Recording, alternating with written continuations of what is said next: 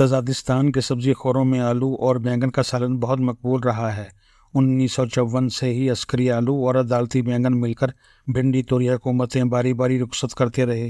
اگر کوئی کریلا سیاستدان آیا تو اسے بھی ٹھکانے لگانے کے لیے آلو نے بینگن کو آگے لگایا اور کریلے کو حکومت سے نکال دیا، جیل بھیج دیا یا پھر سرے سے اسے نااہل ہی کر دیا۔ ایک دفعہ تو بینگن نے پھانسی کے تختے پر ہی چڑھا دیا۔ سبزیوں کی اس دنیا میں آج کل انقلابی لہریں جنم لے چکی ہیں۔ وہی بینگن جو کبھی خوف اور کبھی فواد میں آلو کی ہاں میں ہاں ملاتا تھا، آج کل اپنے جامنی رنگ اور اوپر بہت نازاں ہے۔ پہلے سر جھکا کر آلو کے ساتھ مکس ہو جاتا تھا، آج کل اکیلا ہی اپنا رنگ دکھانا چاہتا ہے۔ بینگن کو یہ خیال پیدا ہو گیا کہ اس کا اپنا ذائقہ اور مقام اتنا بڑا اور مضبوط ہے کہ وہ آلو کے بغیر بھی ریاستی سالن میں پہنچا لا سکتا ہے۔ آج کل عسکری آلو اور بھجیا مخلوط حکومت میں گاڑی چھن رہی ہے، پارلیمانی کڑی میں ابال آیا ہوا ہے اور اب وہ اپنی بالادستی کو عدالتی بینگن سے منوانے کے درپے ہے۔ پارلیمانی کڑی عدالتی بینگنوں کے ادارے میں ایسی تبدیلیوں کا ارادہ رکھتی ہے جس سے بینگن کے بھجیا حکومت لوٹنے اور بیلٹ باکس دوبارہ کھولنے کے خواب کھوٹے ہو جائیں۔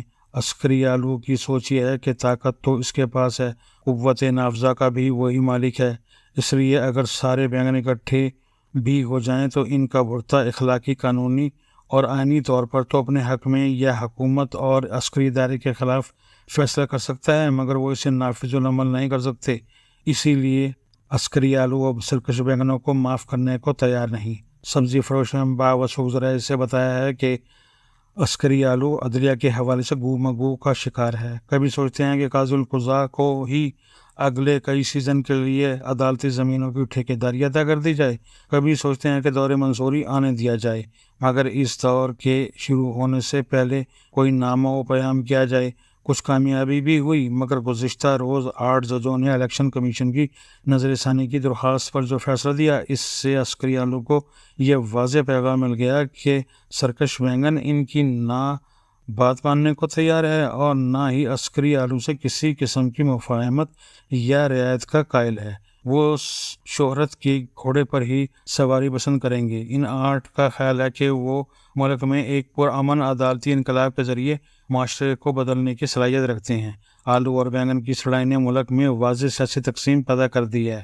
آلو کے ساتھ مخلوط حکومت ہے تو بینگن کے ساتھ پی ٹی آئی کھڑی ہے۔ آلو کی غذائی قدر بینگن سے کہیں زیادہ ہے۔ اگر آلو اور بینگن مل جائیں تو یہ پارلیمانی کڑی پر بھاری پڑتے ہیں اور حکومتی بھجیا کو تو یہ کئی بار ڈھا چکے ہیں۔ بینگن میں صرف 25 کیلوریز ہوتی ہیں جبکہ آلو میں 70 کیلوریز ہیں۔ دونوں میں فائبر ہے، دونوں اداروں میں جان ہے۔ ان کی لمبی تاریخ ہے۔ بینگن کو اپنے خوبصورت رنگ اور آئین میں اہم پوزیشن کی وجہ سے آئینی اور اخلاقی برتری حاصل ہے، اگر زمینی حقیقت یہ ہے کہ آلو کی طاقت بہت زیادہ ہے اور اب وہ بینگن سے ٹکرانے کو تیار بیٹھا ہے۔ آلو اور بینگن کی آپس کی لڑائی میں بھجیا حکومت کی لاٹری نکل آئی ہے۔ دوسری طرف مولی گاجر عوام کا نہ آلو کے مفاد سے کوئی واسطہ ہے اور نہ بینگن کی شہرت سے ان کا کوئی تعلق ہے۔ مولی گاجر کو اپنی فکر لگی ہوئی ہے۔ مولی اور گاجروں کا بجلی کے بل اور مہنگائی نے ناک میں دم کر رکھا ہے۔ پی ٹی آئی آج کل عسکری آلو کے لیے کڑوا کریلا بنی ہوئی ہے۔ کبھی پیپلز پارٹی بھی کریلا ہوتی تھی، آج کل شکرقندی ہے، جبکہ نونی آلو بھائی کے لیے اروی بن گئے ہیں۔ آلو اور اروی کا سالن پکایا جائے تو پتہ ہی نہیں چلتا کہ آلو کون سا ہے اور اروی کون سی۔